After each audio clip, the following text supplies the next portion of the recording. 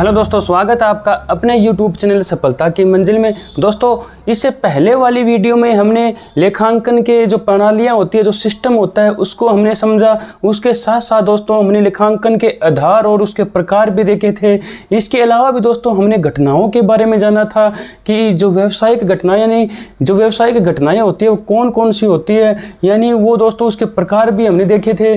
और भी दोस्तों हमने कुछ हमारे एग्जाम के पॉइंट ऑफ व्यू से इंपॉर्टेंट चीज़ें देखी थी। अब दोस्तों आज के इस वीडियो में हम जो अपनी लेखांकन शब्दावली है यानी अकाउंटिंग की जिसमें हम जो वर्ड्स यूज करते हैं हम हमारे व्यवसाय बिजनेस के अंदर और अकाउंटिंग के अंदर उनको समझेंगे। दोस्तों हमें अकाउंटिंग इन जो शब्दों को समझने के बाद में हमें अकाउंटिंग और अपने व्यवसाय के अंदर जो चीज़ें हम आगे समझने वाले हैं वो हमारे लिए समझना बहुत ही ईजी हो जाएगा। तो ये चीज़ें हमारे लिए, ये जो वर्ड्स मैं आप आज को करा रहा हूँ, ये दोस्तों एग्जाम के पॉइंट ऑफ व्यू से भी बहुत ज़्यादा इंपॉर्टेंट है।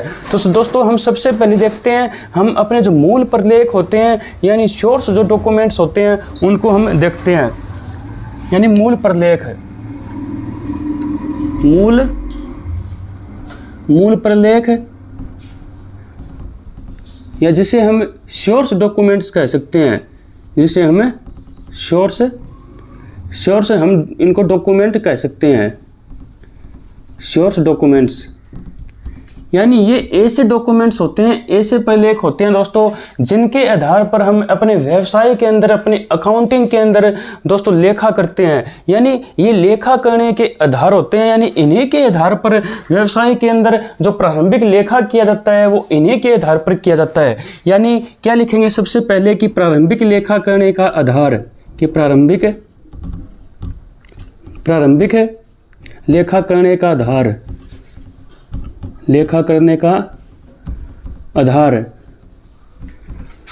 और हम किसी लेखे की जांच करना चाहते हैं, उसकी ऑडिट करना चाहते हैं, उस समय भी इन्हीं मूल जो प्रलेखों का प्रयोग किया जाता है, यानी सोर्स जो डॉक्यूमेंट्स है उन्हीं का प्रयोग किया जाता है। यानी इन्हीं के आधार पर जब लेखे किए गए हैं, बाद में जब हम लेखों की जांच करेंगे तो इन्हीं की सहायता लेंगे कि इनके अनुसार ही सही लेखे किए गए हैं या फिर नहीं किए गए हैं। यानी हम क्या लिखेंगे कि लेनदान, जो अपने लेन देन होते हैं, जो अपनी ट्रांजैक्शंस होती है, लेन देन व लेखे की जो अपनी लेखे होती है, या हम जिसको लेखों बोल सकते हैं, लेखों की सत्यता, यानी ये सत्य, ये सही तरीके से किए गए हैं या नहीं किए गए हैं। लेन देनों वह लेखों की सत्यता का ये क्या होते हैं, का प्रमाण होते हैं, यानी प्रमाण होते हैं, उनका प्रूफ होते हैं ये। और दोस्तों ये क्या होते हैं, जैसे कि मैं आपको इनको बताऊंगा आगे कि ये कौन कौन से होते हैं और इनके आधार पर हम लेखा कैसे करते हैं, ये भी दोस्तों मैं आगे आपको भी बताने वाला हूं। पहले हम इनको समझ लेते हैं कि ये होते क्या हैं। और दोस्तों इनके आधार पर हम बाउचर के जो बाउचर्स होते हैं उनको तैयार करते हैं। यानी जो बाउचर होते हैं अपने बाउचर को तैयार करने का आधार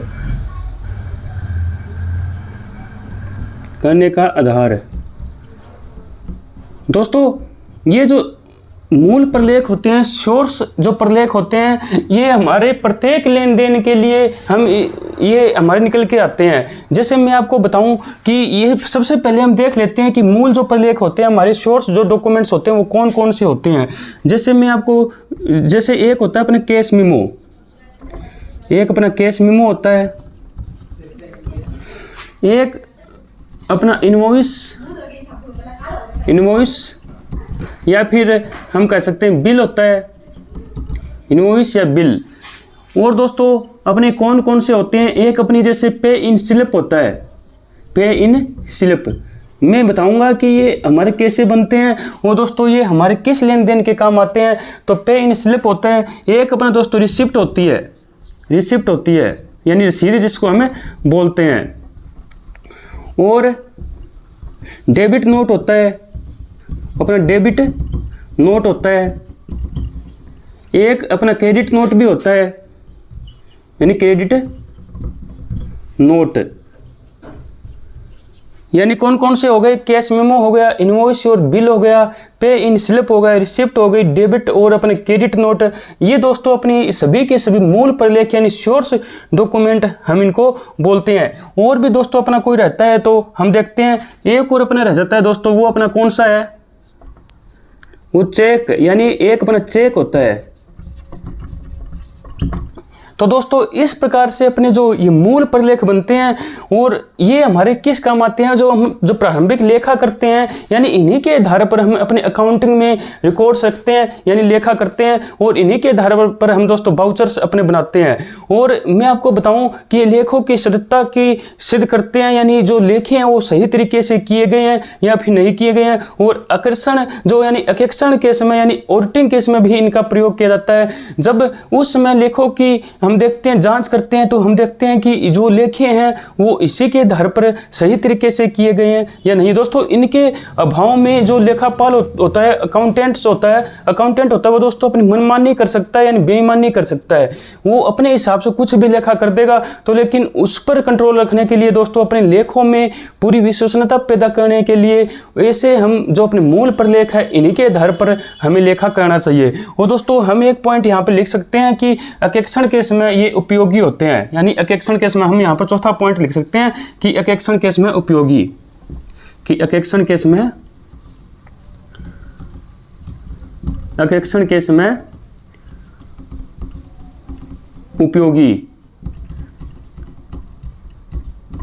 अब दोस्तों मैं आपको बताता हूं कि ये होती क्या चीजें हैं। ये चारों पॉइंट आप दोस्तों नोट कर लीजिए। दोस्तों मैं आपको नोट्स बनवा रहा हूं, आप अपनी जो कॉपी में अपने नोट्स इस प्रकार से बना सकते हो। और दोस्तों आपको ये बाद में जब अपना एग्जाम होगा उसमें आपको रिवीजन करने में भी और चीज़ों को समझने में भी दोनों तरीके से में दोस्तों आपको ये हेल्पफुल होंगे, यानी आपके लिए बहुत ज़्यादा सहायक होने वाले हैं। अब दोस्तों अपना हम ये देखते हैं कि ये जो मूल प्रलेख है ये दोस्तों किस किस कंडीशन में बनते हैं। जैसे अपना कैश मेमो है, ये कैश मेमो क्या होता है, कैश मेमो दोस्तों जब भी हम कोई उधार माल जब भी हम दोस्तों कैश के अंदर यानी जब भी हम कोई नगद माल बेचते हैं या फिर हम खरीदते हैं उस समय ये हमारे कैश मेमो बनता है। यानी क्या है, नगद माल यानी गुड्स के बेचने वह खरीदने पर हमारा कैश मेमो बनता है। जब भी हमको नगद माल यानी कैश के अंदर हम अपना माल बेचेंगे या फिर हम खरीदेंगे तो दोस्तों हमारा कैश मेमो उस समय बनेगा। इनवॉइस या बिल क्या होते हैं, जब हम उधार माल बेचते हैं या खरीदते हैं उस समय दोस्तों हमारे इनवॉइस या फिर बिल बनते हैं। जैसे हम यदि उधार माल बेचते हैं, उधार माल बेचने पर जब हम बेचते हैं तो हमारा इनवॉइस बनता है। दोस्तों बहुत इंपॉर्टेंट प्रश्न बनेंगे ये, क्योंकि एग्जाम के अंदर ऐसा पूछा जा सकता है कि इनवॉइस कब हम लिखते हैं, तो उधार माल बेचने पे लिखते हैं। तो आगे भी जितने भी पॉइंट्स है बहुत ही इंपॉर्टेंट है दोस्तों, इनको आपको बहुत अच्छे ढंग से करना है। जैसे बिल क्या कहते हैं, जब हम उधार माल खरीदते हैं, उधार माल खरीदने पर जब हम उधार माल खरीदेंगे तब हमें बिल मिलता है उसका। तो अब दोस्तों पे इन स्लिप देखेंगे। पे इन स्लिप क्या होता है कि जब हम बैंक में रुपया जमा करवाने पर बैंक के अंदर रुपया जमा कराने पर हमारी पे इन स्लिप बनती है। दोस्तों जब आप बैंक में जाते हो तो वहाँ पर एक फॉर्म आप भर के रुपये जमा करवाते हो। वो दोस्तों फॉर्म किस प्रकार का होता है, जैसे मैं आपको बताऊं कि वो इस प्रकार का एक फॉर्म, एक पर्ची होती है, एक स्लिप होती है। उसमें दो पार्ट होते हैं, एक पार्ट ये होता है, दूसरा पार्ट ये होता है। इसके अंदर आप अपना नेम वगैरह है, अकाउंट नंबर है, अपनी जो राशि जितनी आप निकलवाना चाहते हैं, डेट वगैरह उसके अंदर डालते हो। दोस्तों यहाँ पर भी आप लिखते हो। तो दोस्तों ये इसको बोलते हैं प्रणय, और ये इसकी प्रति होती है। तो इसको दोस्तों यानी इसकी कॉपी होती है, तो इसको हम बोलते हैं प्रतिप्रण, यानी प्रतिप्रण। तो दोस्तों बैंक रुपए जमा करके ये जो इस साइड वाली रसीद होती है वो अपने पास रख लेता है और इस साइड वाली फाड़ कर अपने को दे देता है। तो वो दोस्तों अपनी पे इन स्लिप होती है, यानी बैंक में रुपया जमा करवाने के लिए इसका हम इस्तेमाल करते हैं। तो दोस्तों हमने 3 पॉइंट कर लिए हैं कि कैश मेमो, इनवॉइस और बिल, पे इन स्लिप। आगे दोस्तों हम देखते हैं कि रिसिप्ट क्या होती है।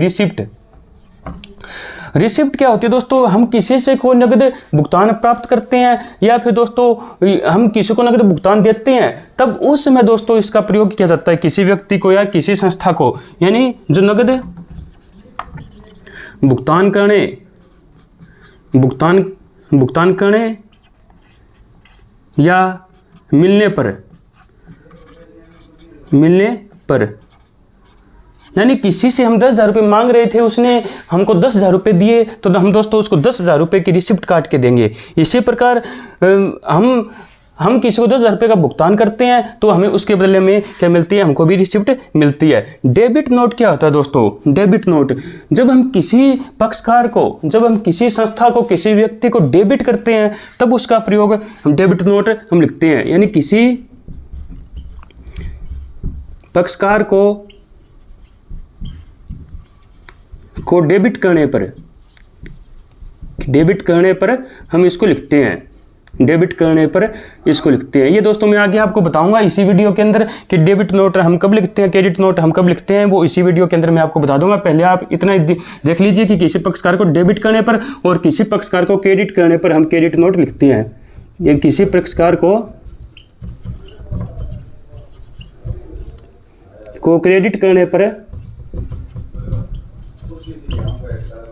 हम क्रेडिट नोट लिखते हैं। तो ये दोस्तों आप पहले इतना ही इसको नोट कीजिएगा। मैं इसी वीडियो के अंदर आपको बताऊंगा कि क्रेडिट नोट, डेबिट नोट क्या होते हैं और हम किस समय लिखते हैं। दोस्तों चेक क्या होते हैं कि बैंक में से रुपए निकलवाने के लिए हम चेक का इस्तेमाल करते हैं, ये हमको पता ही है। तो हम चेक का हम प्रयोग कैसे करेंगे कि बैंक से रुपया निकलवाने के लिए इसका प्रयोग हम करते हैं, निकलवाने के लिए।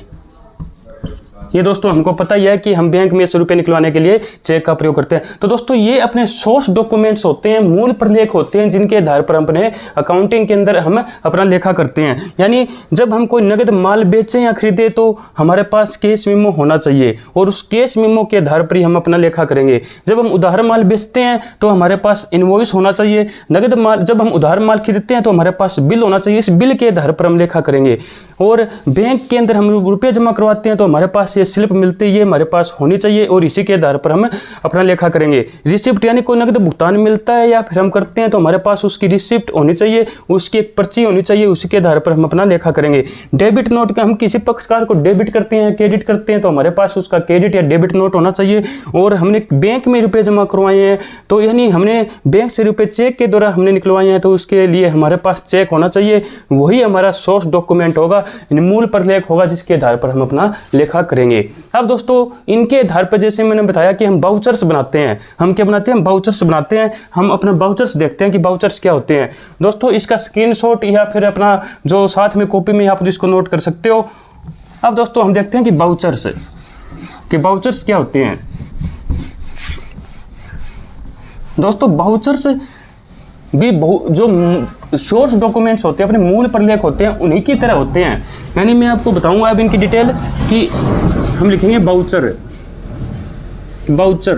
दोस्तों बाउचर क्या होते हैं, ये मूल प्रलेख ही होते हैं अपने, जो मूल या सोर्स डॉक्यूमेंट होते हैं कि मूल प्रलेख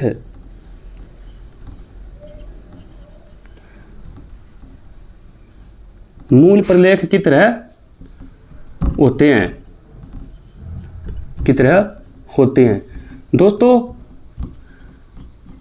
और ये क्या होती है कि बाउचर्स आपने देखा होगा कि किसी भी दुकान पर आप गए होंगे, किसी बिजनेस के अंदर आप गए होंगे, वो दोस्तों एक अपने पास एक जो स्लिप्स की एक वो रखता है, डायरी सी रखता है अपने पास। यानी उसके अंदर उसके नंबर भी लिखे होते हैं, सीरियल नंबर भी लिखे होते हैं, उसका फर्म का नाम भी लिखा होता है उसके अंदर। तो जब भी आपको उसके साथ कोई भी ट्रांजेक्शन करते हो तो उसकी वो स्लिप हमें पार के दे देता है। वो दोस्तों हम किसी भी दुकान पर जाते हैं तो हम अक्सर ऐसे देख लेते हैं कि वो उनको हम बाउचर्स बोलते हैं। और ये जो बाउचर्स है वो दोस्तों मूल प्रलेखों की सहायता से ही बनाए जाते हैं। यानी क्या लिखेंगे, मूल प्रलेखों की सहायता से ही इनको बनाया जाता है, सहायता से दोस्तों ये बाउचर्स हम क्यों बनाते हैं, क्योंकि मूल प्रलेख हमारे पास बहुत हो जाते हैं, क्योंकि बार बार हम क्या करते हैं, माल बेचते हैं, खरीदते हैं, हम बैंक में रुपए जमा करवाते हैं, हम डेबिट क्रेडिट नोट लिखते हैं, चेक से हम पैसा निकलवाते हैं, बहुत बड़ी संख्या में हमारे पास मूल प्रलेख हो जाते हैं। तो उनको दोस्तों संभालने में दिक्कत आती है, उनको संभालने में दिक्कत होती है। तो दोस्तों हम क्या करते हैं कि हम अपनी एक कॉपी जो की कॉपी की तरह ही होती है, हम अपनी एक कॉपी की तरह एक दोस्तों अपने बाउचर्स हम अपने बना लेते हैं, और उसके पीछे हम जिस चीज़ का हम बाउचर यानी जिस लेन देन का हम बाउचर बना रहे हैं उसका जो मूल प्रलेख है उसके पीछे हम अटैच कर देते हैं, और उसके ऊपर हम शॉर्ट में ऐसे लिख देते हैं कि ये जो बाउचर है ये इस चीज़ का यानी इस मूल प्रलेख का ही ये बाउचर है, और उस आधार पर हम अपना लेखा कर देते हैं। तो कैसे करते हैं, पहले मैं आपको बताता हूं कि ये क्या होता है कि प्रत्येक जो व्यापारिक संस्थाएं होती है, यानी प्रत्येक जो व्यापारिक संस्था होती है, व्यापारिक संस्थाएं अपने नाम से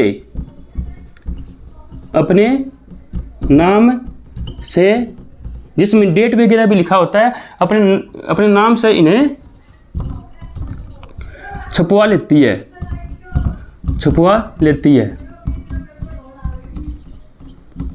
और इन्हीं के आधार पर हम अपना लेखा करते हैं। यानी लेखा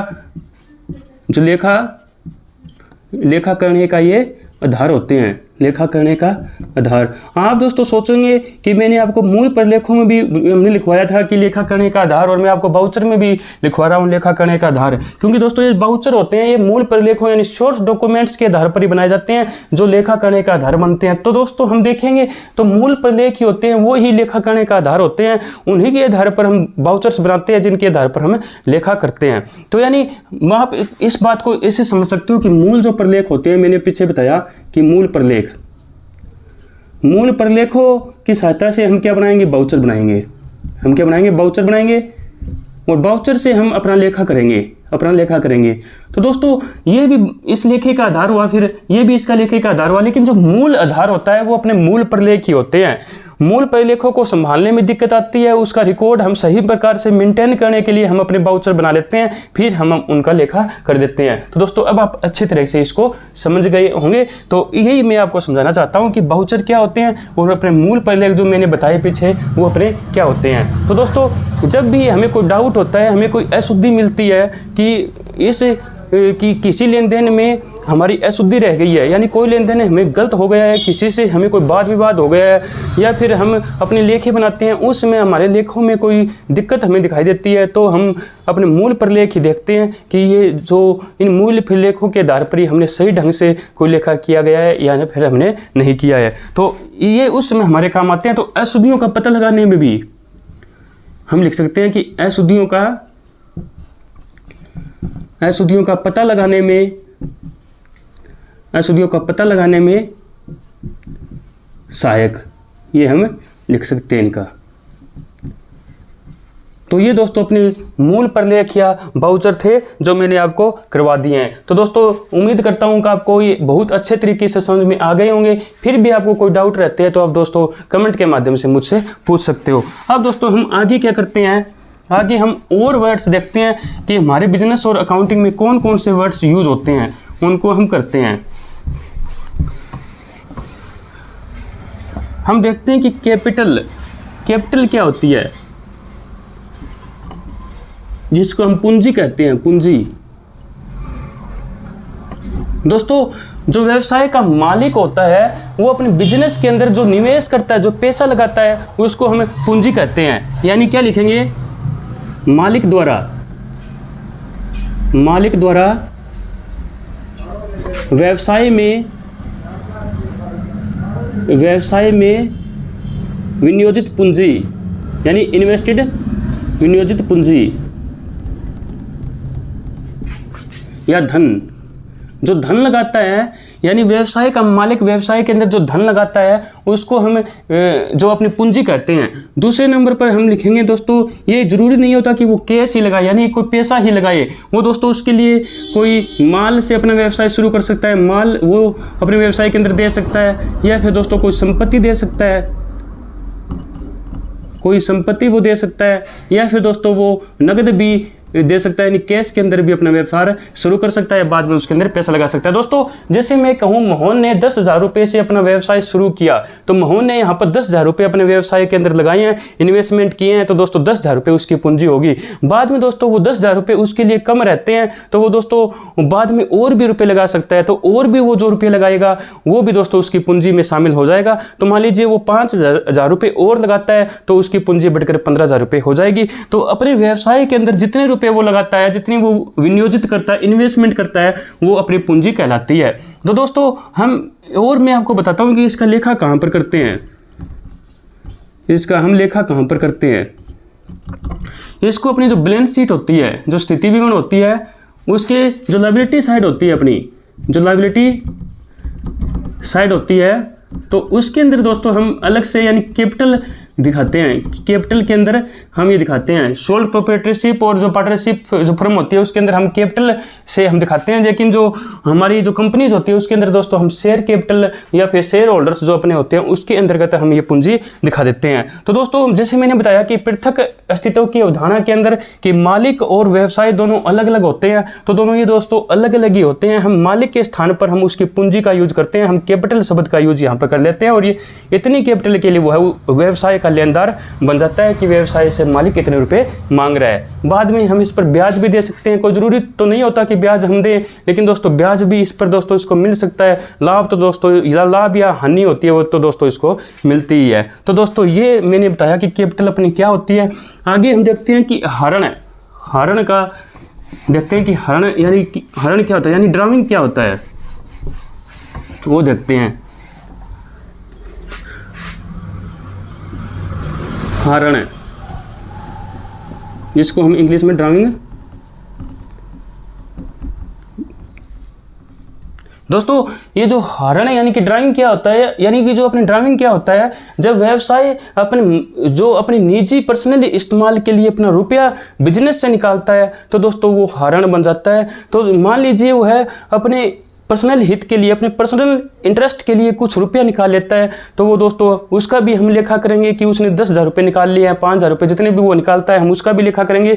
मान लीजिए उसके 1 लाख रुपये है बिजनेस के अंदर, वो 5,000 रुपये अपने निकाल लेता है, तो दोस्तों 95,000 रुपये उसके रह जाएंगे। इसी प्रकार दोस्तों हम उसको क्या बोलेंगे, हरण बोलेंगे, उसको हम क्या बोलेंगे, ड्राइंग उसको बोलेंगे। तो क्या लिखेंगे, मालिक द्वारा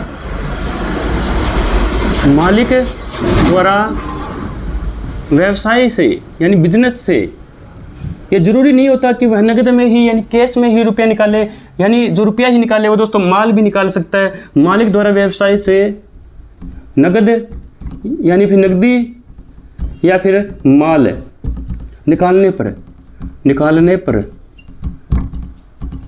पर या फिर दोस्तों एक ये भी प्रकार होता है कि कोई मालिक का कोई पर्सनल एक्सपेंसेस है, जैसे उसका टेलीफोन का बिल है, उसका बिजली का बिल है, या फिर उसका कोई यानी किसी भी प्रकार का उसका बिल है, जैसे पानी का बिल भी हो सकता है, मकान किराया भी हो सकता है। वो यदि बिजनेस देता है यानी है तो वो मालिक का, लेकिन उसकी पेमेंट बिजनेस ने करी है, तो भी दोस्तों अपना हम किस में लिखेंगे, वो अपने हरण में लिखेंगे, क्योंकि मालिक से संबंधित अपना व्यय है, न कि बिजनेस से संबंधित अपना खर्चा है। तो हम क्या लिखेंगे, व्यवसाय द्वारा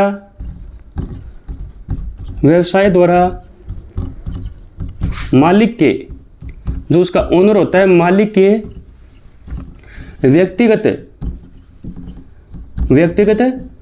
खर्चों का भुगतान।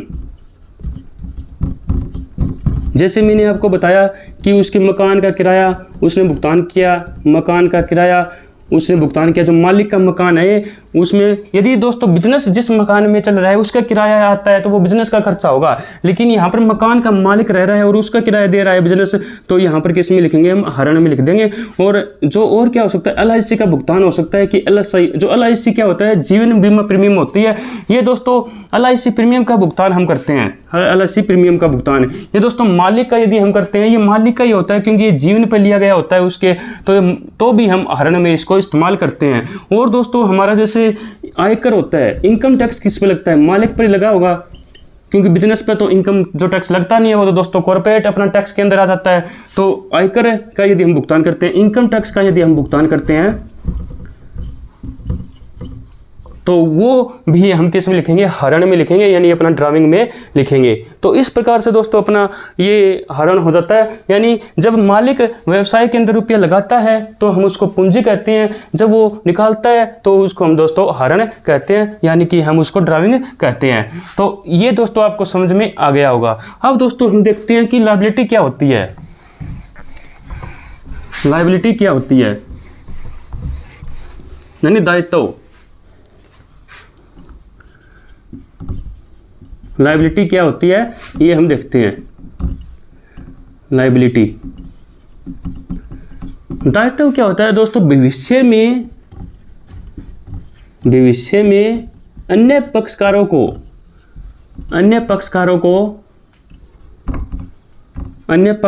को किए जाने वाला भुगतान, क्या लिखेंगे, किए जाने वाला भुगतान। भविष्य में व्यवसाय इन लोगों को, अन्य लोगों को जो भुगतान करेगा वो हमारी लायबिलिटी बन जाती है, अपना दायित्व बन जाता है, यानी इन व्यक्तियों को भुगतान करना है। तो दोस्तों जो वो इसमें दायित्व के अंदर हमारे कौन कौन से आते हैं, एक तो हमारा होता है चालू दायित्व, यानी करंट लायबिलिटी होती है। इसको हम दो भागों में बांट लेते हैं कि करंट लायबिलिटी, एक हम करंट लायबिलिटी लिख लेते हैं, दूसरी हम लिखते हैं नॉन करंट लायबिलिटी। इनके अंदर हम क्या क्या शामिल करते हैं वो हम देखते हैं। करंट लायबिलिटी के अंदर दोस्तों मैं आपको बताऊं तो बैंक ओवरड्राफ्ट आता है। मैं इनका दोस्तों बताऊंगा कि ये क्या क्या होते हैं। पहले मैं इनको लिख लेता हूं कि बैंक ओवरड्राफ्ट होते हैं, और अपना कौन सा होता है, अपने लेनदार होते हैं, उनको हम लिख सकते हैं, और अपना बिल पेबल्स हो सकते हैं, बीपी अपना हो सकता है बिल पेबल्स। और दोस्तों कौन से, आउटस्टैंडिंग एक्सपेंसेस है, आउटस्टैंडिंग एक्सपेंसेस इसके अंदर आ जाएगा, शॉर्ट टर्म लोन आ जाएगा, शॉर्ट रन लोन, और अनएर्न्ड इनकम भी इसके अंदर आ जाएगी, अनएर्न्ड इनकम। ये दोस्तों इसके अंदर मुख्यतः हमारी आ जाती है। जो बैंक ओवरड्राफ्ट क्या होता है कि जब बैंक में हमारा चालू खाता होता है तो एक जो व्यवसायी को, एक बिजनेसमैन को बैंक ये फैसिलिटी देता है कि उसके जितने रुपए जमा है वह उससे अधिक रुपए भी, एक लिमिट तक उससे अधिक रुपए भी निकलवा सकता है। तो दोस्तों वो जितने रुपए अधिक निकलवाता है वो दोस्तों उसके बैंक ओवरड्राफ्ट बन जाता है। मान लीजिए 10,000 रुपये उसके जमा है और वो 10,500 रुपये निकलवा लेता है, तो 500 रुपये उसका क्या हो जाएगा, उसका बैंक ओवरड्राफ्ट हो जाएगा। यानी ये दोस्तों करंट अकाउंट पर मिलने वाली फैसिलिटी होती है एक व्यवसायी को। तो ये 500 रुपये उसके बैंक ओवरड्राफ्ट हो जाएगा जो हमें निकट भविष्य में उनका भुगतान करना है। और जो करंट लायबिलिटी हमारी क्या होती है, जो ये दोस्तों हम सामान्यतः 1 वर्ष के लिए लेते हैं, 1 वर्ष के अंदर इसका भुगतान करना होता है, 1 वर्ष के अंदर भुगतान, इनका हमें भुगतान करना होता है, तो वो हमारी करंट लायबिलिटी बन जाती है। हमारे जो लेनदार क्या होते हैं, जिनको हमने उधार माल, जिनसे हमने खरीदा है, जिनसे हमने अपना उधार माल खरीदा है। मान लीजिए राम से हमने 20,000 रुपये का उधार माल खरीद लिया, तो इसका मतलब क्या है कि वो हमसे 20,000 रुपये मांग रहे हैं। तो दोस्तों ये रुपये मांगने वाले होते हैं, यानी इन व्यक्तियों को व्यवसाय भविष्य में भुगतान करेगा, इन व्यक्तियों को, तो ये लेनदार अपने बन जाते हैं, यानी उधार माल खरीदने पर ये बनते हैं, उधार माल खरीदने पर ये बनते हैं अपने। बीपी क्या होती है, बीपी ऐसे बिल होते हैं जिनका हमें भविष्य में भुगतान करना है, यानी बिजनेस को भविष्य में भुगतान करना है, तो वो हमारे बीपी बन जाते हैं। ऐसे बिल जिनका भुगतान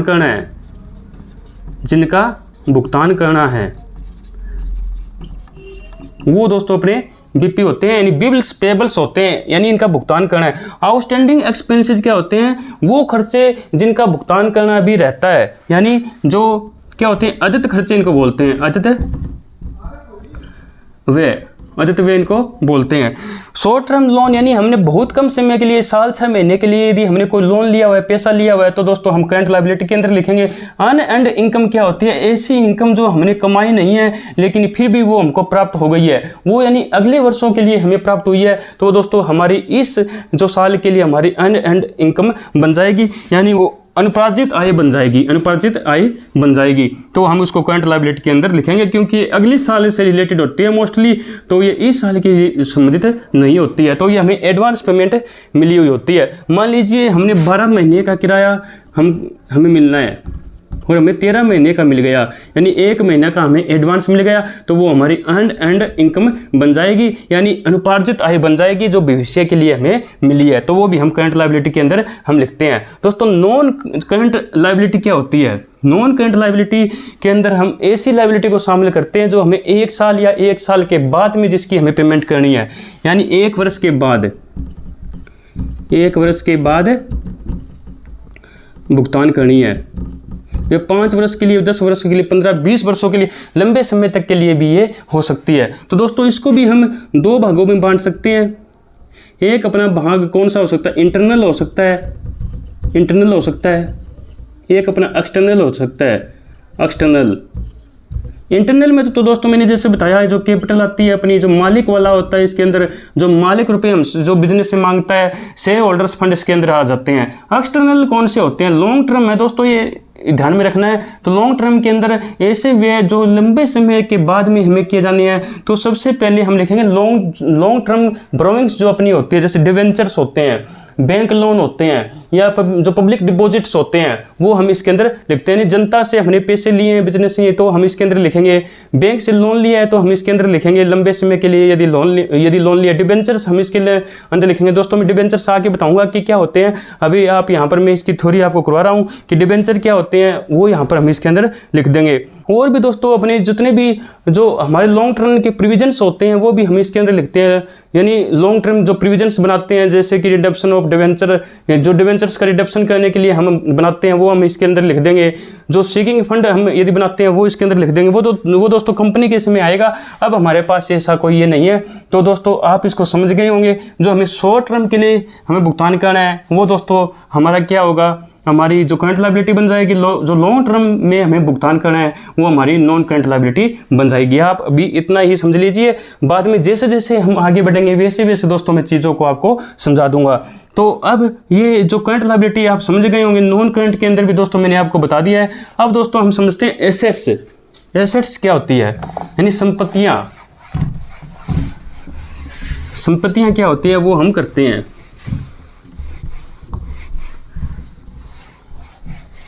जैसे अब यहां पर हम हेडिंग बनाएंगे एसेट्स की। एसेट्स यानी संपत्तियां। देखो ये भी हम 2 भागों में बांट लेते हैं कि एक हमारी करंट एसेट्स होती है, करंट एसेट्स।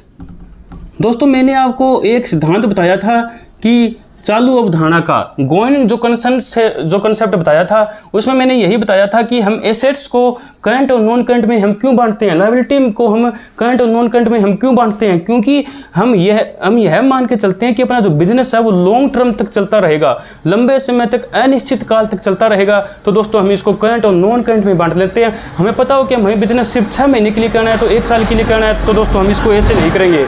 हम उसको करंट और नॉन करंट में हमें बांटने की जरूरत नहीं है, क्योंकि दोस्तों हमें साल 6 महीने के लिए तो अपना बिजनेस करना है। तो अब हमें पता है कि हमारा बिजनेस है वो लंबे समय तक चलना है, यानी अनिश्चित काल तक चलना है। तो दोस्तों हम इसको करंट और नॉन करंट में बांट देते हैं। Non current assets.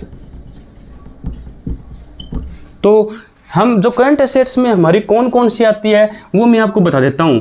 Current assets में हम क्या लिखेंगे, जैसे कि अपनी, जैसे कैश है अपने पास, बिजनेस के अंदर कैश पड़ा है, या हम इसको कैश इन हैंड भी लिख सकते हैं, कैश इन हैंड भी हम लिख सकते हैं। दूसरा हमारा बैंक में पैसा है, बैंक में हमारे पास पैसा पड़ा है, तो हम इसको लिख सकते हैं कैश एट बैंक। इस प्रकार से भी हम इसको लिख सकते हैं। दूसरा हमारे डेटर्स होते हैं, डेटर्स जिनसे बिजनेस रुपया मांगता है, यानी जो लोग बिजनेस को भविष्य में पैसा देंगे वो दोस्तों इसके अंदर आएगा। जैसे हम कोई उधार माल बेच देते हैं, उधार माल बेचने पर बनते हैं ये, उधार विक्रय करने पर, उधार विक्रय करने पर ये बनते हैं। जैसे शाम को 50,000 रुपये का माल उधार बेचा है, तो दोस्तों भविष्य में वो बिजनेस को रुपया देगा, 50,000 रुपये देगा तो वो अपना डेटर बन जाएगा। जब तक वो इसका पेमेंट ना कर दे वो उसका डेटर कहलाएगा। तो दोस्तों ये वर्ड्स आपको ध्यान में रखना है कि उधार विक्रय करने पर क्या बन जाता है, डेटर्स बन जाता है, यानी देनदार बन जाता है। तो अब और अपने कौन कौन से होते हैं, जैसे अपना स्टॉक में माल पड़ा हुआ होता है वो भी अपना करंट एसेट्स अपनी होती है। जैसे प्रीपेड एक्सपेंसेस होते हैं। प्रीपेड एक्सपेंसेस क्या होते हैं, प्री का मतलब क्या होता है पहले, और पेड का मतलब होता है भुगतान, यानी जो ऐसे खर्चे जो पहले भुगतान कर दिए गए हैं, यानी जो फ्यूचर के लिए अगले वर्ष के लिए पहले से भुगतान कर दिए हैं। मान लीजिए हमें 10,000 रुपये का भुगतान कराना था, कोई बिल देना था, हमने वो दोस्तों 12,000 रुपये दे दिए, यानी 2,000 रुपये हमने एक्स्ट्रा अगले वर्ष के लिए दे दिए, अगले वर्ष के लिए दे दिए तो 2,000 रुपये अपने क्या बन जाएंगे, प्रीपेड एक्सपेंसेस बन जाएंगे जो हमने पहले ही भुगतान कर दिए हैं। और दोस्तों कौन कौन सी हो सकती है, जैसे अकॉर्ड इनकम हो सकती है, अकॉर्ड इनकम हो सकती है अपनी, अकॉर्ड इनकम यानी ऐसी इनकम जो हमने कमा ली है लेकिन हमें मिली नहीं है। जैसे रेंट है, हमने अपना कोई जैसे मान लीजिए कोई किराया भी हो सकता है, कोई कमीशन भी हो सकता है। जैसे हमने कोई अपनी संपत्ति हमने किसी को किराए पर दी हुई है तो लेकिन अभी तक हमें उसका रेंट हमें नहीं मिला है, तो दोस्तों हम वो अपनी अकॉर्ड इनकम हो जाएगी। तो हम यहाँ पर लिख देंगे, यानी हमने वो कमा लिया है लेकिन हमें वो अभी तक मिली नहीं है, तो दोस्तों वो अपनी अकॉर्ड इनकम होती है, अकॉर्ड इनकम इसको हम बोलते हैं। तो और कौन कौन सी हो सकती है, जैसे दोस्तों बैंक है, कैश है, डेटर है, स्टॉक है, प्रीपेड एक्सपेंसेस है, अकॉर्ड इनकम है।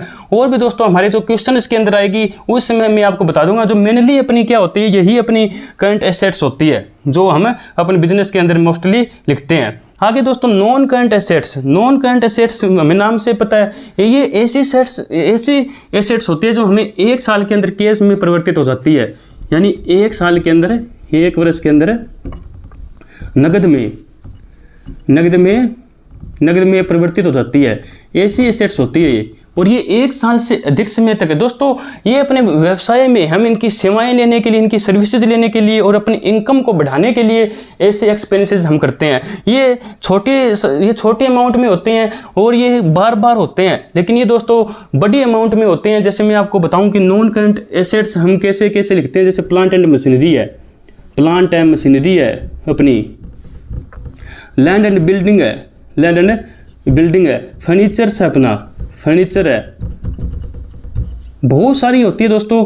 तो वो अपनी नॉन करंट, दोस्तों नॉन करंट एसेट्स में आपको एक अलग से बहुत ही अच्छे तरीके से समझा देता हूं अभी। लेकिन दोस्तों अभी आप ऐसे समझिए कि 1 वर्ष के अंदर हम यदि परिवर्तित करते हैं कैश के अंदर तो अपनी करंट एसेट्स है। 1 वर्ष से अधिक समय लगता है, लंबा समय हमें लगता है, तो अपनी नॉन करंट एसेट्स हो जाएगी। तो नॉन करंट एसेट्स मैं आपको बताता हूं कि आजकल हम इनका हम कैसे इसको करते हैं, खासकर कंपनियों की दशा में दोस्तों ऐसा ही होता है। तो नॉन करंट एसेट्स हम इसको बना लेते हैं ऐसे। तो पहले नंबर पे इसमें क्या आता है, फिक्स्ड एसेट्स आती है, फिक्स्ड एसेट्स, स्थायी संपत्तियां। दूसरे नंबर पर हम क्या लिखते हैं, नॉन करंट इन्वेस्टमेंट्स हम लिखते हैं, नॉन करंट इन्वेस्टमेंट्स। तीसरे नंबर पर हम दोस्तों क्या लिखते हैं, तीसरे नंबर पर हम लिखते हैं यहाँ पर कि डेफर्ड टैक्स एसेट्स, ये इसका कॉलम आता है। एक अपना जो चौथे नंबर पर और अपना क्या हो सकता है, जैसे चौथे नंबर पर एक अपना और क्या होगा कि long turn loans and advances, हमने एडवांस पैसा दिया हुआ है, लोन दिया हुआ है, तो वो अपना आ जाएगा लॉन्ग टर्म के अंदर। और एक अपना कौन सा होता है दोस्तों, एक और भाग में यानी अदर आ जाती है कि other non current assets, other non current assets का एक कॉलम हम यहाँ पे बना लेते हैं। यानी इतने भागों में आजकल हम इसको बांट रहे हैं कि fixed assets, non current investments, deferred tax assets, long term loans and advances, other non current assets. तो मैं दोस्तों आपको इनको समझाता हूँ कि ये क्या होती है। जैसे फिक्स्ड एसेट्स है, फिक्स्ड एसेट्स को हम 2 भागों में बांटते हैं। फिर फिक्स्ड एसेट को हम किस में कि टेंजिबल होती है, एक तो कि टेंजिबल, 2 भागों में नहीं दोस्तों, हम इसको अब 4 भागों में बांट रहे हैं। टेंजिबल एसेट्स होती है, एक अपनी क्या होती है, इनटेंजिबल एसेट्स होती है,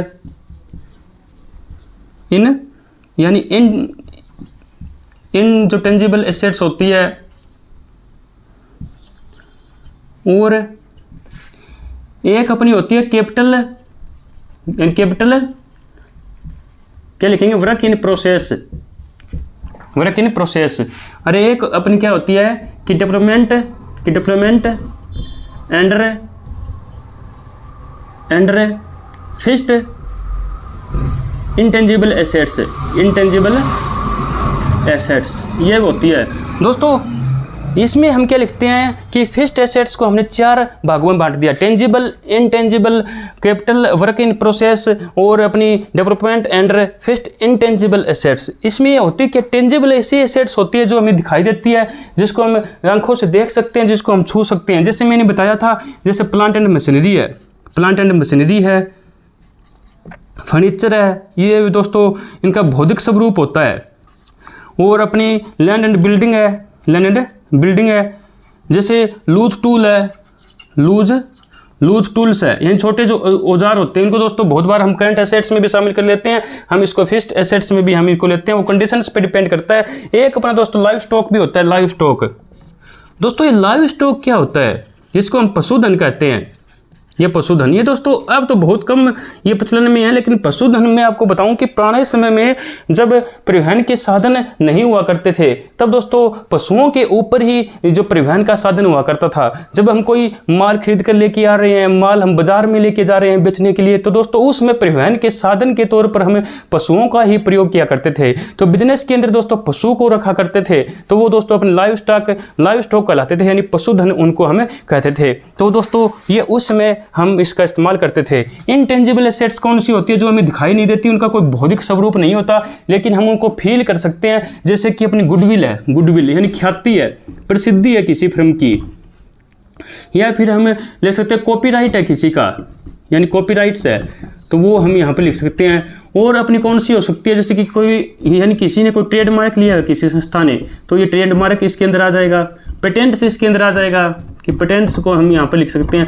तो गुडविल है, कॉपीराइट्स है, ट्रेडमार्क है, पेटेंट्स है, ये इसके अंदर आ जाएंगे। दोस्तों पेटेंट्स किसी तकनीक पर मिलता है, किसी टेक्नोलॉजी पर मिलता है, कोई हम उत्पादन करने की, कोई भी काम करने की, कोई हम नया तरीका खोज लेते हैं, तो हम उस पर पेटेंट ले सकते हैं। ट्रेडमार्क हमारे जो ब्रांड नेम होता है, जो हमारा बिजनेस के प्रोडक्ट्स जो होते हैं उनका जो नाम होता है, उसके ऊपर हमारे दोस्तों जो ट्रेडमार्क मिलता है। कॉपीराइट से दोस्तों साहित्य या कोई लेखन सामग्री होती है, कोई हमारी जो कला होती है, उसके अंदर हमारा कॉपीराइट्स मिलता है। गुडविल हमारी प्रसिद्धि होती है, जो हमने अपनी मेहनत के बल पर कमाई है, जिसकी वजह से हमारे बिजनेस में हमें ज़्यादा प्रॉफिट्स हो रहे होते हैं। तो दोस्तों आगे हम जैसे करें कैपिटल वर्क इन प्रोसेस, क्या होता है कि हमारा हम कोई भवन बना रहे हैं, वो अभी तक पूरा नहीं बना है, यानी वो चालू अवस्था में है, यानी ऐसी जो निर्माण सामग्री है स्थायी रूप से जो हमारी अभी चालू अवस्था में है, तो हम यहाँ पर लिख देंगे। जो आगे क्या, development and fixed intangible assets, यानी कोई इंटेंजिबल एसेट्स बना रहे हैं हम, जैसे कोई ट्रेडमार्क के लिए हम कोई शोध अनुसंधान कर रहे हैं,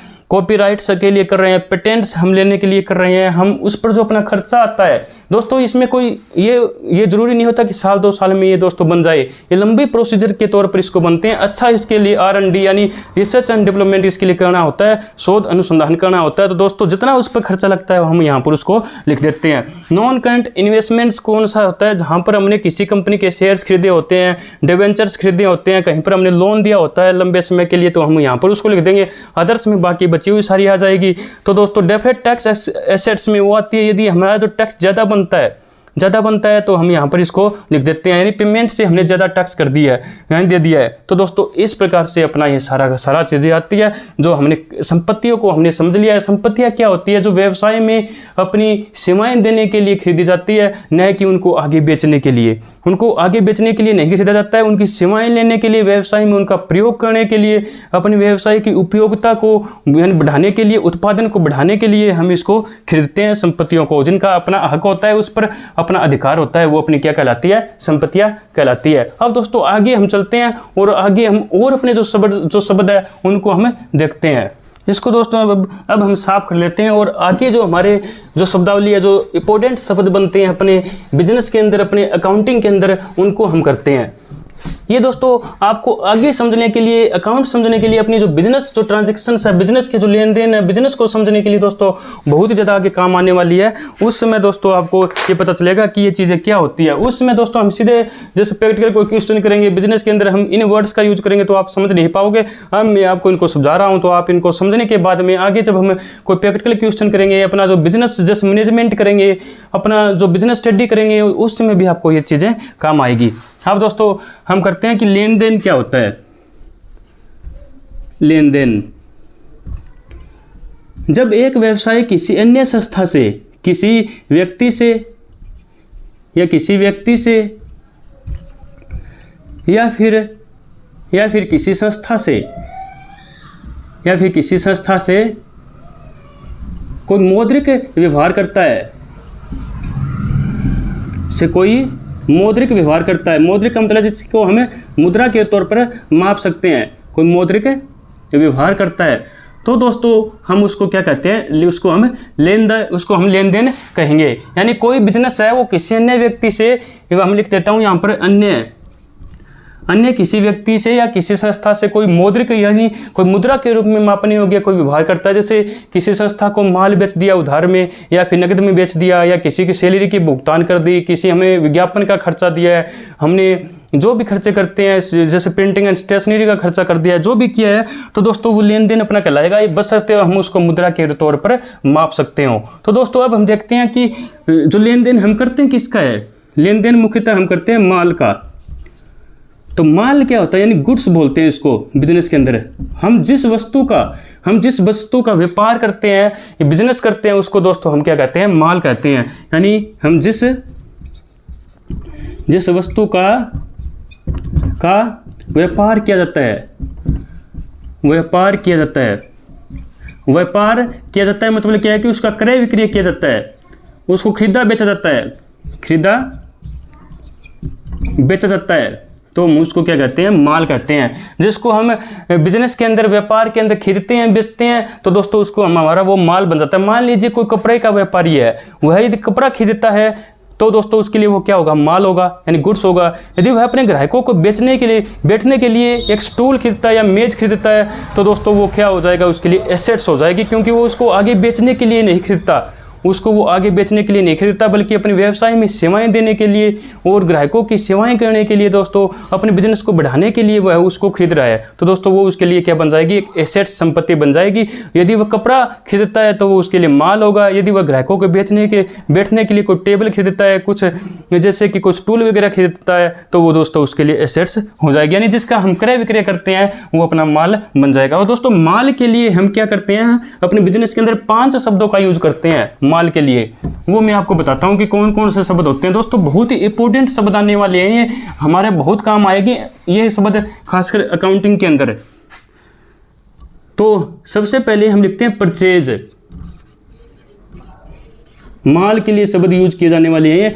परचेज का मतलब होता है क्रय, यानी खरीदना। दूसरा हम लिखते हैं परचेज रिटर्न। परचेज रिटर्न यानी क्रय वापसी। मैं आपको दोस्तों बताऊंगा ये क्या होती है, पहले हम इसको लिख लेते हैं। और आगे अपना क्या आता है, सेल जिसको हम कहते हैं विक्रय, और आगे लिखेंगे सेल्स रिटर्न। सेल रिटर्न यानी विक्रय वापसी।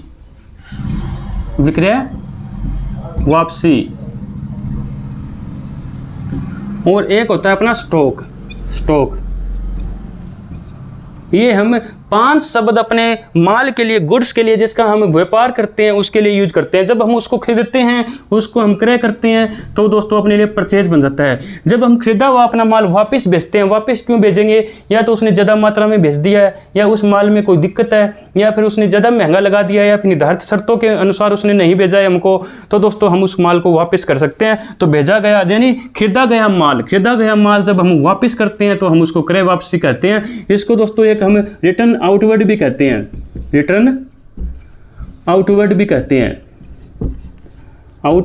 आउटवर्ड यानी जावक वापसी भी कहते हैं इसको। जावक वापसी भी हम इसको कहते हैं।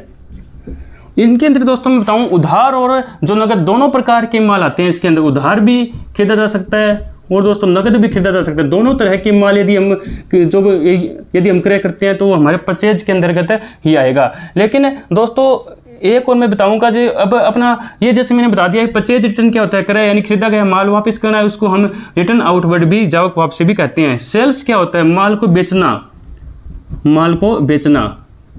ये दोस्तों हम उधार भी बेच सकते हैं और हम नगद भी बेच सकते हैं। दोनों प्रकार का माल इसके अंदर आता है, उधार बेचा गया और नगद बेचा गया। सेल्स रिटर्न, जब हमारा बेचा हुआ माल वापस आ जाता है दोस्तों, वही रीजन हो सकते हैं माल उसके पास डैमेज रूप में पहुंचा है, हमने गलत माल उसके पास भेज दिया है, उसने मांगा कुछ था लेकिन हमने गलती से कुछ और भेज दिया है, हमने ज़्यादा मूल्य उससे ले लिया है। तो दोस्तों बहुत ही सारे तरीके हो सकते हैं, या फिर हमारी कोई और कंडीशंस हो सकती है जिसके तहत उसने माल को हमको वापस भेज दिया है। तो बेचा गया माल वापस आना, तो वो यहाँ पर हम लिखेंगे।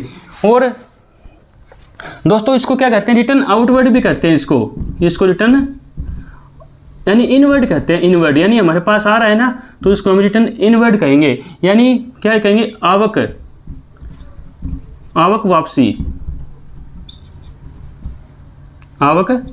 वापसी हम इसको कहेंगे।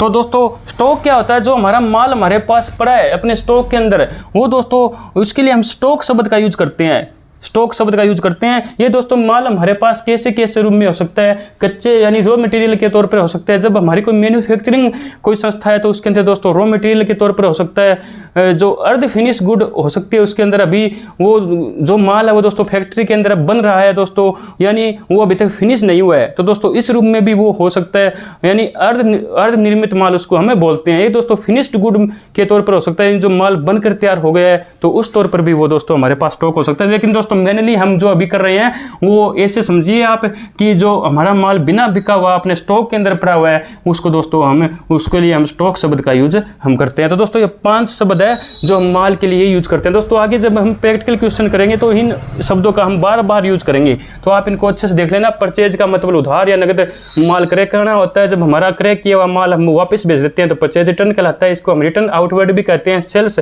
जब हम किसी को माल बेचते हैं तो हम उसको सेल्स कहते हैं। हमारा बिका हुआ माल वापस आ जाता है तो हम उसको सेल्स रिटर्न कहते हैं, और इसको हम रिटर्न इनवर्ड भी कहते हैं। हमारा बिना बिका हुआ माल जो हमारे स्टॉक में पड़ा होता है उसको हमें स्टॉक शब्द के लिए यानी रहती है शब्द का यूज हमें उसके लिए करते हैं। तो दोस्तों ये आपको समझ में आ गया होगा। अब दोस्तों हम आगे बढ़ते हैं और अपनी जो कुछ और इंपॉर्टेंट जो फैक्ट्स है, जो अपने वर्ड्स है उनको हम करते हैं। उनको दोस्तों मैं आपको बताऊंगा अब कि हम किस किस वर्ड्स का यूज करते हैं। अब हम आगे कौन सा देखेंगे कि देखते हैं एक्सपेंसेस को देख लेते हैं। एक्सपेंसेस यानी व्यय क्या होता है दोस्तों। व्यय मैं आपको बताऊं तो इसको हमें 2 भाग में बांट सकते हैं। इसको हम किस किस भागों में बांट सकते हैं, एक तो जैसे अपना रेवेन्यू एक्सपेंसेस होता है, रेवेन्यू एक्सपेंसेस। एक हमें अपना कैपिटल एक्सपेंसेस लिख सकते हैं, कैपिटल एक्सपेंसेस। और एक और होता है दोस्तों जिसको हम डेफर्ड रेवेन्यू एक्सपेंसेस कहते हैं, डेफर्ड रेवेन्यू एक्सपेंसेस कहते हैं।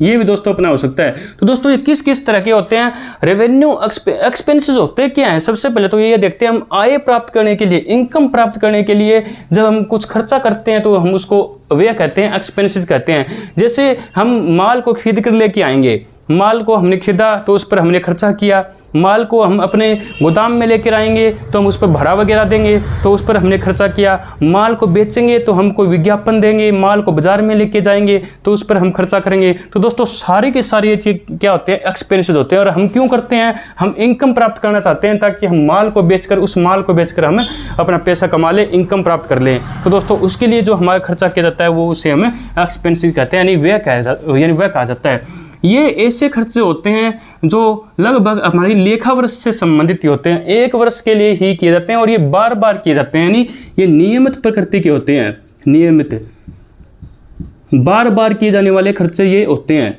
और दोस्तों ये अपेक्षाकृत कम अमाउंट के होते हैं, यानी कम अमाउंट के होते हैं, यानी कि ये कम मूल्य के होते हैं, खर्चे होते हैं कम मूल्य के होते हैं, इससे यानी अपेक्षाकृत हम यहाँ पर लिख देते हैं अपेक्षाकृत, जो कैपिटल की तुलना में, और ये नियमित होते हैं, बार बार होते हैं, और ये कम मूल्य के होते हैं, और एक लेखा वर्ष से संबंधित होते हैं। ये एक लेखा वर्ष से संबंधित होते हैं, क्योंकि ये बार बार होते हैं तो एक लेखा वर्ष से संबंधित। और ये खर्चे कौन कौन से होते हैं दोस्तों, वे भी मैं आपको बताऊंगा। और इनका हम लेखा कहाँ पर करते हैं, इनका लेखा दोस्तों हम प्रॉफिट एंड लॉस अकाउंट में करते हैं, प्रॉफिट एंड लॉस अकाउंट में, या फिर हम ट्रेडिंग अकाउंट में इनका लेखा हम करते हैं।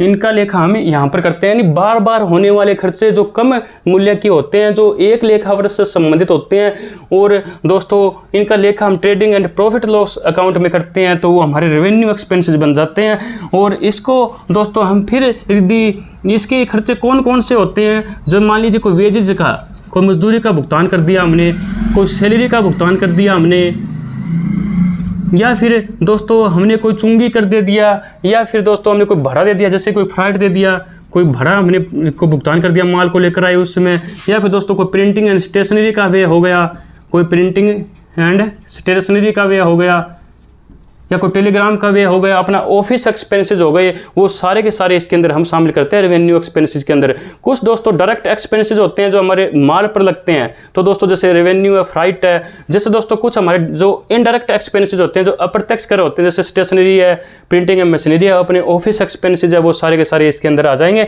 तो दोस्तों इसको हम दो भागों में बांट सकते हैं, एक तो अपना प्रत्यक्ष और एक अपना अप्रत्यक्ष। प्रत्यक्ष वो जो सीधा अपने माल से संबंधित होता है, अपनी फैक्ट्री से संबंधित होता है, जो माल को बनाने में, ले आने में जो हमारा खर्चा होता है। और जो अप्रत्यक्ष खर्चा कौन सा होता है, जो अपना जो अलग से खर्चा होता है फैक्ट्री के अलावा, जैसे कि हमारा सैलरी का हो गया, यानी जो हम कर्मचारियों को, जो यानी ऑफिस की सैलरी हम दे रहे हैं, ऑफिस में जो बैठे हुए हैं उनको हम, जो अपने कर्मचारी हैं उनको हम सैलरी दे रहे हैं। अपना प्रिंटिंग का खर्चा है, हमारा जो पोस्टेज, जो टेलीग्राम का खर्चा है, जो वो अपने खर्चे होते हैं, वो सारे सारे अपने रेवेन्यू एक्सपेंसेस के अंतर्गत आते हैं। तो ये इस प्रकार से अपने ये खर्चे हम इसको बांट देते हैं। एक्सपेंस, जो कैपिटल एक्सपेंसेस कौन से होते हैं, जो लंबे अवधि के लिए किए जाते हैं, लंबी अवधि के लिए। जैसे हमने कोई मशीनरी खरीद ली, मशीनरी को हमको यहाँ की बेचने के लिए तो खरीदते नहीं है, मशीनरी खरीद ली, कोई फर्नीचर खरीद लिया, या फिर हमें कोई फिक्स्ड एसेट से रिलेटेड होते हैं। आप ऐसे समझिए कि फिक्स्ड एसेट से रिलेटेड होते हैं सारे खर्चे, और इनका हम ये नियमित आधार पर नहीं होते दोस्तों, ये कभी कभार होते हैं। ये खर्चे क्या होते हैं, कभी कभार होते हैं। इनको हम बार बार, कोई मशीनरी नहीं खरीदते हैं, कोई फर्नीचर भी हम दोस्तों बार बार नहीं खरीदते हैं। और ये दोस्तों बहुत अधिक मूल्य के होते हैं, ये कम मूल्य के न होकर ये बहुत अधिक मूल्य के होते हैं। और ये एक लेखा वर्ष से संबंधित नहीं होते हैं, क्योंकि मशीनरी हम लंबे समय के लिए खरीदेंगे, फर्नीचर हम लंबे समय के लिए खरीदेंगे, प्लांट हमने कोई खरीदा है तो वो दोस्तों हम लंबे समय के लिए खरीदेंगे। तो कोई लैंड, कोई भूमि हमने खरीदी है, तो वो हम, कोई बिल्डिंग खरीदी है तो वो हम लंबे समय के लिए खरीदते हैं। तो वो एक लेखा वर्ष से संबंधित नहीं होते, वो अधिक समय के लिए होते हैं, एक से अधिक ही होते हैं, 5, 10, 15, 20 तक भी हो सकते हैं। और इनका लेखा हम कहाँ पर करते हैं, इसका लेखा हम बैलेंस शीट के अंदर करते हैं, अपनी स्थिति विवरण के अंदर करते हैं। तो दोस्तों ये इनके अंदर मुख्यतः आप डिफरेंस समझ सकते हो। ये हमारा नियमित और ये अनियमित, ये कम मूल्य का, ये अधिक मूल्य का, ये एक लेखा वर्ष से संबंधित होता है, यानी एक वर्ष के लिए होता है मैक्सिमम, ये लंबी अवधि के लिए होता है। इसका लेखा हम trading and profit and loss account में करता है, इसके हम बैलेंस शीट के अंदर करते हैं। डेफर्ड रेवेन्यू एक्सपेंसेस क्या होते हैं, ये दोस्तों खर्चे होते तो हमारे किसी एक लेखा वर्ष में ही है, होते किसी एक लेखा वर्ष में, लेकिन दोस्तों बहुत लंबी जो समय के लिए ये हम करते हैं, यानी बहुत ही इनका जो फायदा होता है, इनकी जो हमारे सेवाएं होती है वो लंबे समय तक हमको मिलती है। तो दोस्तों हम उसको डेफर्ड रेवेन्यू एक्सपेंसेस कहते हैं। ये बड़ी अमाउंट का होते हैं और ये इनका लाभ हमें अनेक सालों तक मिलता है। तो हम उसको तो इन जो खर्चों को हम राइट ऑफ करते हैं, अपलिखित करते हैं, तो दोस्तों हम उतने ही लाभों, उतने ही सालों में उनको हम लेके जाते हैं जितने सालों तक उनका हमें लाभ मिलना होता है। तो इसके अंदर कौन कौन से हम शामिल करेंगे, इसके अंदर जैसे मैं आपको खर्चा बता दूं कि एडवर्टीजमेंट एक्सपेंसेस है, एडवर्टाइज एक्सपेंसेस। दोस्तों मैं आपको बताऊं कि हमने कोई विज्ञापन किया, वो 5 साल के लिए किया, 5 साल तक हमने किसी को टेंडर दे दिया कि वो 5 साल तक अपना विज्ञापन चलेगा। लेकिन दोस्तों हमने किया तो ये खर्चा एक बार है, यानी एक वर्ष के अंदर किया है। यदि हम इस खर्चे को उसी वर्ष में डाल दें तो उसका लाभ बहुत ज़्यादा कम हो जाएगा। लेकिन इसका हमें लाभ कितने सालों तक मिलेगा, उसका हमें 5 सालों तक उसका लाभ मिलेगा। तो क्यों ना हम इसको 5 साल तक लेके जाएं और हम जिस प्रकार से हमें लाभ मिल रहा है उस लाभ से हम इसको राइट ऑफ करें, इसको हम ख़त्म करें। तो दोस्तों हम इसको डेफर्ड रेवेन्यू एक्सपेंसेज के अंदर लेके जाते हैं। और दोस्तों हमारे जो प्रीमिलरी एक्सपेंसेज होते हैं, वो हो जाते हैं अंडरराइटर्स जो कमीशन होते हैं, अभी गोपक कमीशन जिसको हम बोलते हैं, वो इसके अंदर आ जाएंगे। तो ये हम इसके अंदर डालते हैं और धीरे धीरे हम इसको प्रॉफिट एंड लॉस अकाउंट से हम इसको राइट ऑफ करके जाते हैं। जो यानी जैसे जैसे हम इसको राइट ऑफ करते हैं वो हम P&L से करते हैं, जो बाकी अमाउंट हमारी बचती है वो हम बैलेंस शीट के अंदर हम इसको दिखाते हैं। हालांकि हमारी कोई एसेट्स नहीं है ये, फिर भी दोस्तों हम इसको बैलेंस शीट के अंदर दिखाते हैं क्योंकि इसका लाभ हमें कई सालों तक मिलना होता है। तो दोस्तों इस प्रकार से आपने इस एक्सपेंसेज को समझ लिया होगा कि एक्सपेंसेज क्या होते हैं। इस प्रकार दोस्तों मैंने आपको सभी महत्वपूर्ण जो इंपॉर्टेंट हमारे वर्ड्स बनते हैं जो हम अकाउंटिंग में यूज करते हैं वो मैंने आपको करवा दिए हैं। दोस्तों मैंने सभी इंपॉर्टेंट वर्ड्स करवा दिए हैं, लेकिन फिर भी यदि कोई 1-2 वर्ड्स रहता है, कुछ रह जाता है, तो दोस्तों जैसे जैसे हम आगे बढ़ेंगे हमारे सामने दोस्तों वो जो वर्ड्स आएंगे उसके साथ साथ हम वो उन शब्दों को भी कर लेंगे। तो दोस्तों ये वीडियो आपको कैसी लगी? यदि अच्छी लगी हो तो आप इस वीडियो को लाइक, कमेंट और दोस्तों चैनल को सब्सक्राइब जरूर कीजिएगा। और दोस्तों अब हम आगे क्या करेंगे, आगे हम और अपनी जो थ्योरी का जो पार्ट बचता है अपने अकाउंटिंग के अंदर उसको हम कंप्लीट करेंगे। और उसको जैसे ही हमारी 1 या 2 वीडियो के अंदर वो कंप्लीट हो जाता है तो हम दोस्तों प्रैक्टिकल क्वेश्चंस पर आ जाएंगे। सबसे पहले हम जनरल एंट्री करेंगे, लेजर करेंगे, और दोस्तों आगे जितनी भी हमारी प्रोसीजर होती है तलपट यानी जो अपना ट्रायल बैलेंस होता है वो प्रॉफिट एंड लॉस अकाउंट और अपनी बैलेंस शीट जितनी भी हमारे होता है अकाउंटिंग का पूरा पोर्शन दोस्तों हम इसके अंदर करेंगे जितना अपने सिलेबस के अंदर दिया हुआ है। तो दोस्तों अब हम मिलते हैं अपनी अगली वीडियो में। Thank you.